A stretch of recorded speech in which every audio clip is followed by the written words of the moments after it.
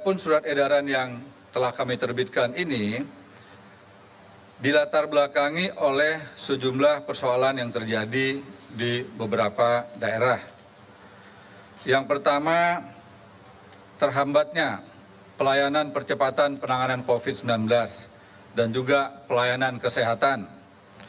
Seperti halnya adanya pengiriman alat kesehatan yang sulit menjangkau seluruh wilayah, termasuk juga mobilitas tenaga medis yang terbatas. Kemudian juga pengiriman spesimen setelah diambilnya dahak dari masyarakat yang diperiksa dengan metode PCR swab. Kemudian juga adanya penugasan personil untuk mendukung gugus tugas daerah yang juga mengalami hambatan karena terbatasnya transportasi. Kemudian juga adanya mobilitas penugas tenaga kerja dan operator dari sarana dan prasarana vital yang kesulitan untuk mendapatkan moda transportasi. Demikian juga pemulangan ABK dan pekerja migran Indonesia di tanah air. Kemudian juga terhambatnya beberapa kegiatan yang berhubungan dengan pelayanan pertahanan, keamanan, dan ketertiban umum. Seperti ada suatu peristiwa seorang pejabat TNI tidak diperkenankan istrinya ikut menuju ke tempat penugasan yang baru. Tentunya kehadiran istri ini penting karena bagian daripada serah terima jabatan pejabat di jajaran TNI. Ini pun sempat terganggu.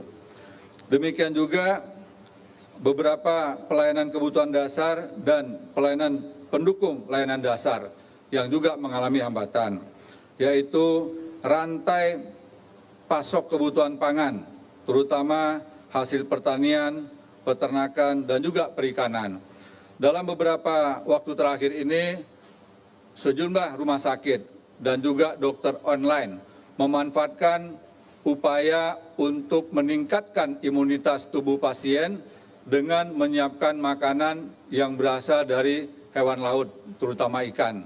Dan sejumlah ikan dari beberapa daerah tertentu itu dipasok untuk menjadi konsumsi rutin bagi pasien yang dirawat di rumah sakit juga, termasuk juga di rumah sakit darurat Wisma Atlet.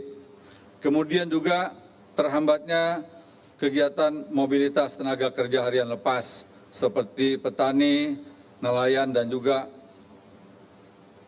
perkebun. Oleh karenanya, hal ini tentunya tidak kita harapkan.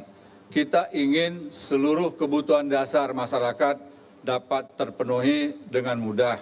Demikian juga masyarakat harus dijamin kebutuhan untuk mendapatkan gizi yang berkualitas dalam rangka meningkatkan imunitas tubuh agar bisa lekas sembuh dari COVID, termasuk juga bisa menghindari supaya tidak terpapar COVID. Kemudian juga pelayanan fungsi ekonomi penting, seperti halnya bahan dasar APD yang perlu didatangkan dari luar negeri. Kemudian reagen untuk PCR test, kemudian juga masker N95, serta alat-alat kesehatan lainnya seperti halnya mesin PCR. Kemudian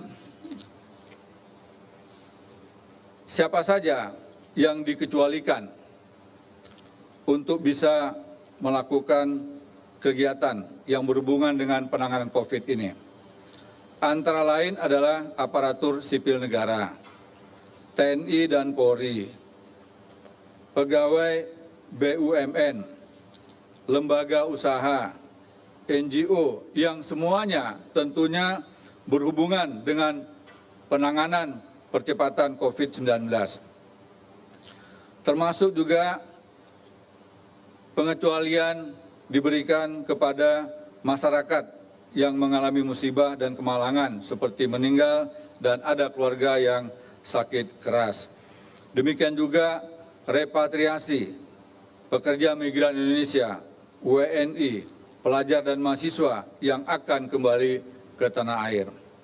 Adapun sejumlah syarat yang diharuskan atau diwajibkan oleh mereka yang mendapatkan kesempatan untuk bepergian adalah yang pertama harus ada izin dari atasan minimal setara dengan eselon 2. Kemudian kepala kantor, kemudian para wirausaha yang berhubungan dengan COVID tetapi tidak memiliki instansi, sehingga diperlukan adanya surat pernyataan dari yang bersangkutan dan ditandatangani di atas materai dan harus diketahui oleh kepala desa atau lurah setempat.